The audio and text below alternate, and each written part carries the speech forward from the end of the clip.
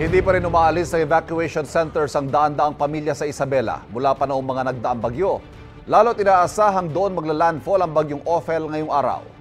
Live mula sa Ilagan City, may unang balita. Si James Agustin. James?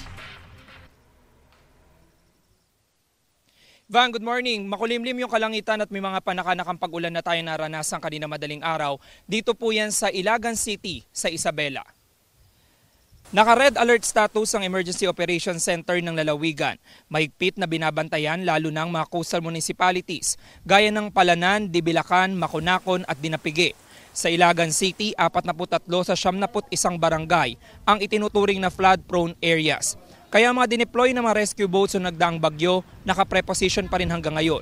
Nananatili naman sa evacuation center sa mahigit 300 pamilya, katumbas na mahigit 1,000 individual. Ang ilan sa kanila ay lumikas pa noong nagdaang bagyong Nika at dahil may banta ng bagyong Ophel ay piniling wag munang umuwi. Maging ang mga alagang hayop inilikas dahil lubog ang mga taniman. May isang tulay naman na 4 na araw nang hindi madaanan dahil sa mataas na antas ng Pinakanawan River.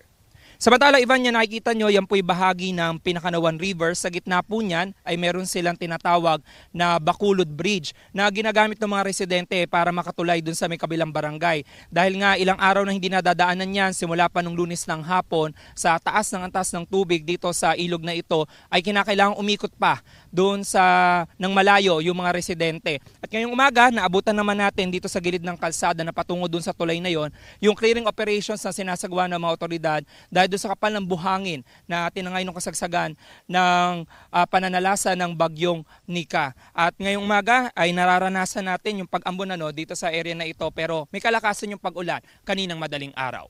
Yan muna yung latest mula dito sa Ilagan City sa Isabela. Ako po si James Agustin para sa GMA Integrated News. James, malakas yung inaasahang hanging dala ng papasok na bagyo at malakas din ang mga pagulan. May mga residente pa bang nagpaiwan sa kanilang mga tirahan at hindi lumikas o naipatupad ang forced evacuation?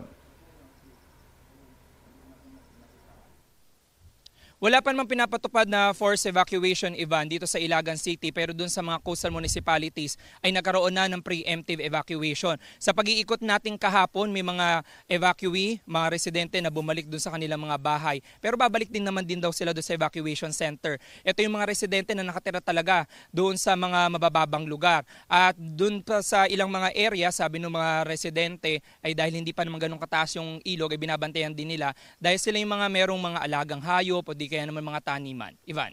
So, nabanggit mo yung mga pagbaha. James, may mga lugar pa ba sa Isabela na baha pa rin dahil sa mga nagdaang bagyo at hindi pa humuhupa?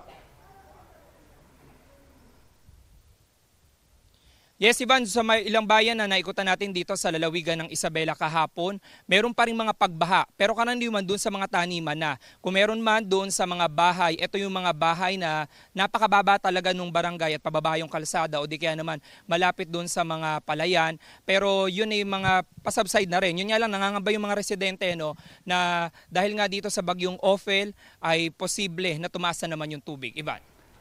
Ingat kayo dyan. Maraming salamat, James Agustin.